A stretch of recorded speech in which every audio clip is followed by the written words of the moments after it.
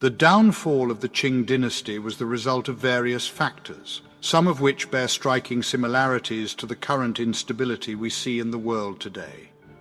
In the year 1912, the Qing dynasty of China met its downfall after a reign spanning over 2.5 centuries. Recently, an international research team headed by the Complexity Science Hub, CSH, has identified crucial factors that led to its collapse. The team's findings show similarities between the Qing dynasty's instability and current global unrest, providing valuable insights for the future. In terms of purchasing power parity, China is currently the leading economy in the world. However, this is not a recent development.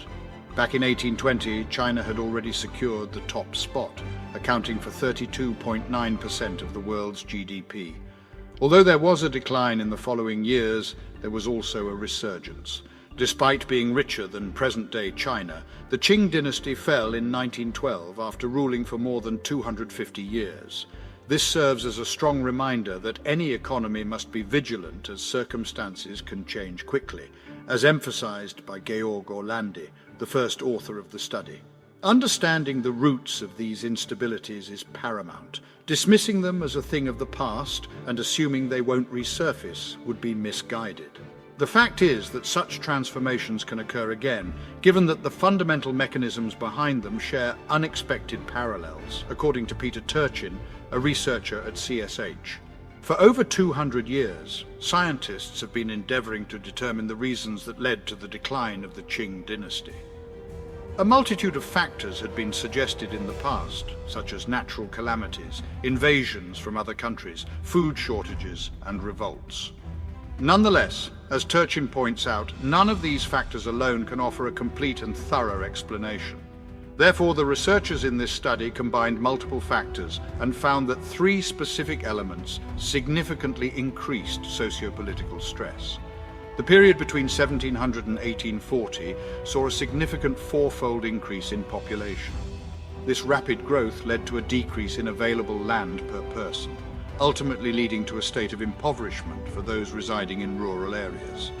The rise in competition for prestigious positions was an outcome of this phenomenon. The number of contenders for these positions increased significantly, while the number of individuals awarded the highest academic degrees decreased, hitting its lowest point in 1796. As these degrees were required for securing a role in the influential Chinese bureaucracy, the disparity between the number of positions available and the number of individuals vying for them produced a sizable contingent of dissatisfied elite aspirants. The instigators of the Taiping Rebellion, which is regarded as one of the most devastating civil wars in human history, were all individuals who failed to achieve their aspirations of belonging to the elite class.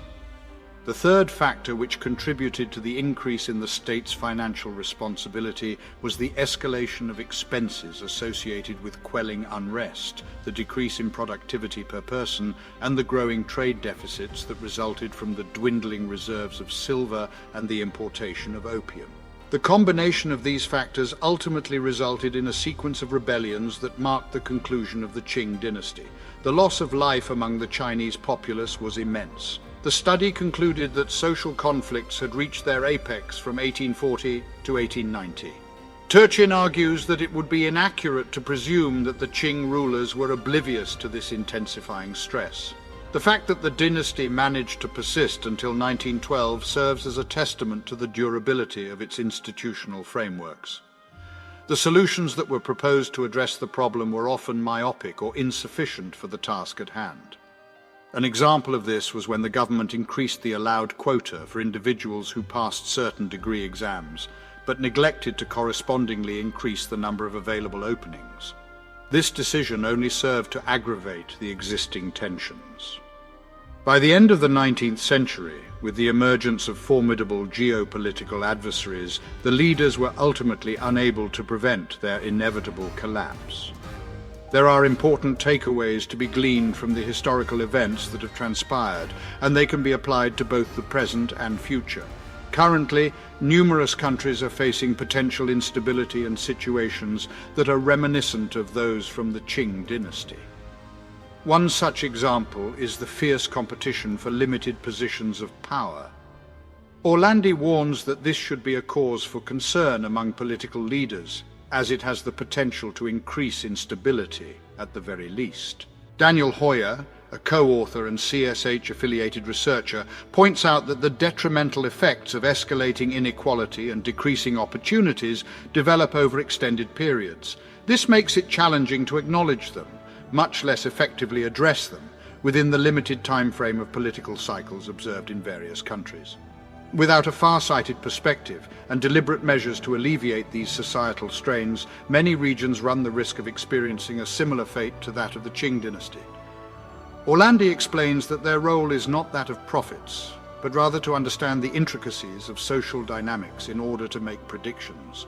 Researchers have shown that the structural demographic theory, SDT, a method created by Peter Turchin that models societies as intricate interactive systems, has proven effective in this pursuit on several occasions. As an example, a study from 2010 utilized SDT to forecast the instability that would occur in the United States by the year 2020. To support our channel's growth and ensure broader awareness, kindly hit the like and subscribe buttons.